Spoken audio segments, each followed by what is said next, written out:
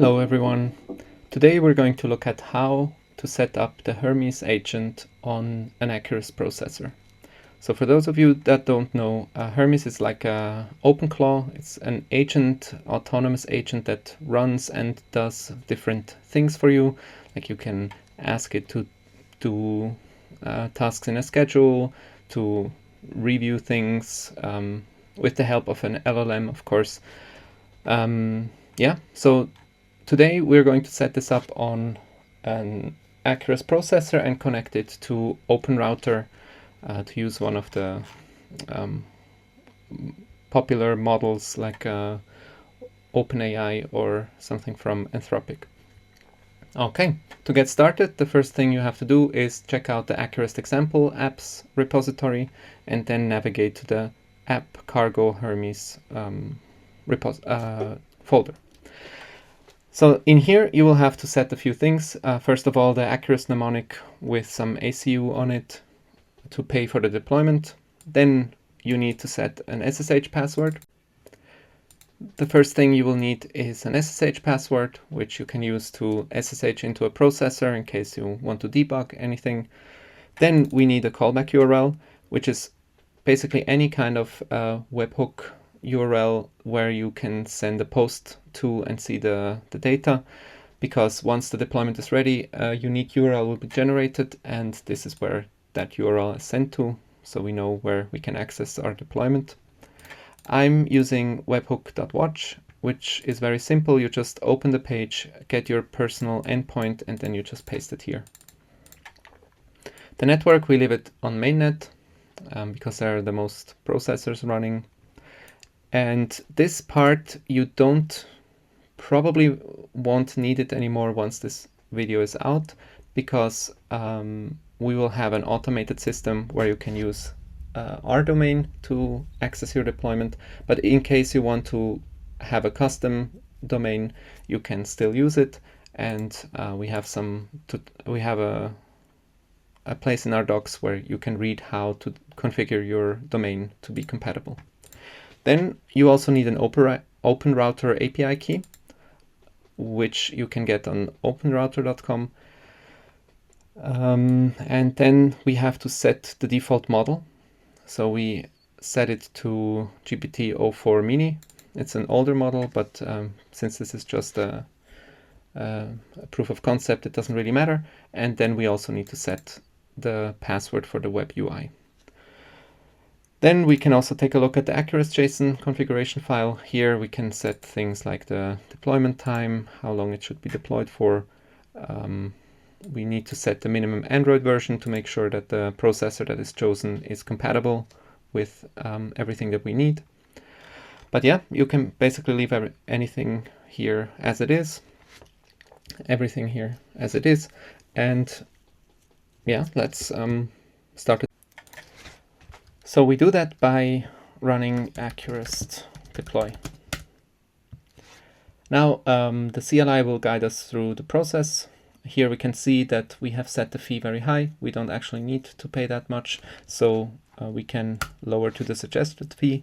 And now the process is running. And we just have to wait until it's done, and then we should see the requests coming in.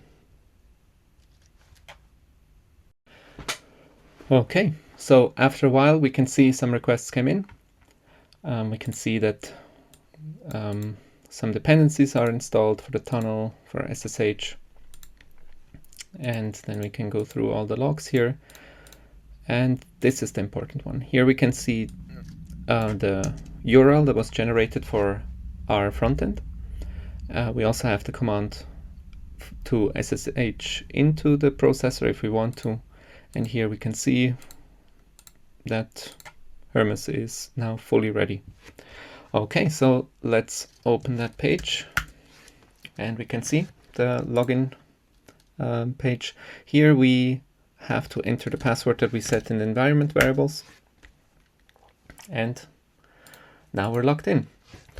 So here now, this is the Hermes UI. Let's do something like, let's say,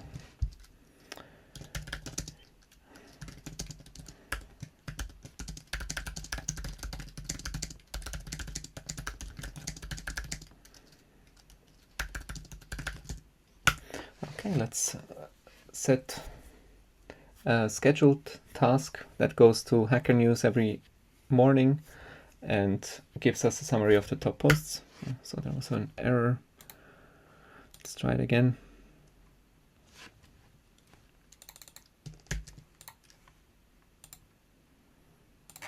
Let's go back here, see if everything is working.